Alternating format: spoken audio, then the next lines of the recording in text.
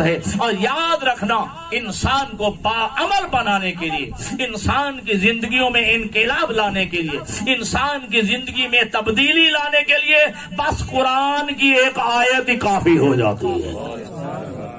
ایک فرمان معصوم ہی انسان کے لیے کافی ہو جاتا ہے۔ ہم نے جو ہے ابھی عشر محرم الحرام منائے، اور ابھی بھی ہماری مجالس کا سلسلہ جو ہے وہ جاری و ساری ہے۔ تو ہم نے دیکھنا ہے ہم نے جو 10 دن محرم الحرام منایا ہے، ہمارے اندر کتنی تبدیلی آئی ہے، ہمارے اندر جو ہے کیا انقلاب آیا ہے، ہمارے اندر جو ہے میری زندگیوں میں کون سا تغیر و تبدل آیا ہے، ہمارے عمل میں کتنے جو ہے تبدیلی آئی ہے، ہمارے اندر جو ہے کتنا نکھار آیا ہے۔ تو ایک آیت ہی انسان کے اندر انقلاب لانے کے لیے، انسان کی زندگیوں کو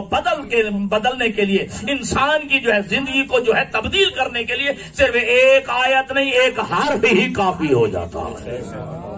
جی۔ اور آپ یاد ہو، اور کئی دفعہ میں نے عرض کیا ہے، ایک اعرابی خدمت پیغمبر میں اپنی ناکہ پہ سوار ہو کے آیا، اپنی اونٹی پہ سوار ہو کے آیا، اور مسجد نبوی کے دروازے پہ کھڑا ہو کے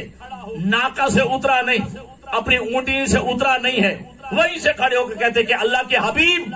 میں آپ کی خدمت میں حاضر ہوں، پورا دین بھی سکھا دیجئے، پورا روح دین بھی سکھا دیجئے۔ کھڑا ہے اپنی ناکہ پہ سوار ہو کے جی، اتر کے خدمت پیغمبر تک بھی نہیں پہنچا، اور کہتا ہے کہ یا رسول اللہ پورا دین بھی سمجھا دیجئے، پورا دین جو ہے میرے اندر راسخ کر دیجئے، اور پورا روح دین جو ہے مجھے سمجھا دیجئے۔ اللہ کے حبیب نے بس یہ آیت مجیدہ پڑھی، فَمَن يَعْمَلْ مِثْقَالَ ذَرَّةٍ خَيْرًا يَرَهُ وَمَن يَعْمَلْ مِثْقَالَ ذَرَّةٍ شَرًّا يَرَهُ، کہ جو ایک ذرہ برابر نیکی کرے گا اس کی جزا پائے گا، اور جو ایک ذرہ برابر بھی گناہ کرے گا اس کی سزا پائے گا۔ بس اتنی سی آیت پڑھی، وہ کہتے ہیں یا رسول اللہ واقعاً ایسا ہے، یقیناً ایسا ہے۔ اللہ کے فرماتے ہیں ہاں یہ حق بھی ہے،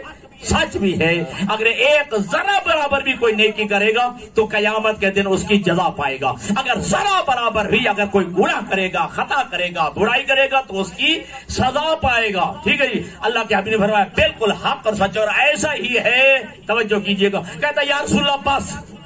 میں نے دین بھی سمجھ لیا ہے اور روح دین کو بھی سمجھ لیا ہے، اب اپنے اسے ناکہ کو موڑا ہے، توجہ، واپس جانے لگا۔ جو آپ کے صحابہ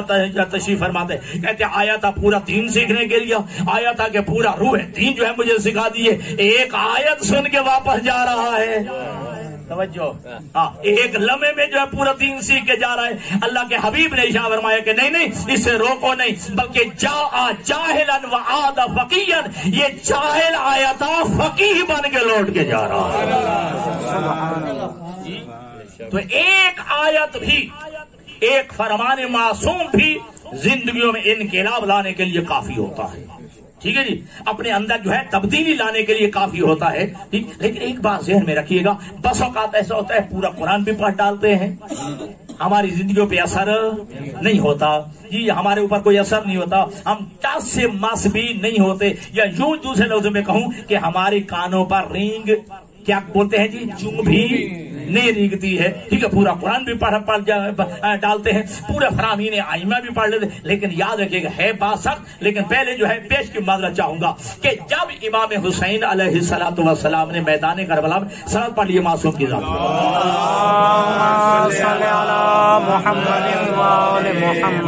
اور یہ تو آپ کو یقیناً یاد ہے کہ 7 محرم سے لے کر امام حسین علیہ السلام نے سید الشہداء نے مختلف مواقع پر جو ہے آپ نے خطبات ارشاد فرمائے ہیں، کہ جیسے پہلے 2 محرم کو جو ہے وہ اپنا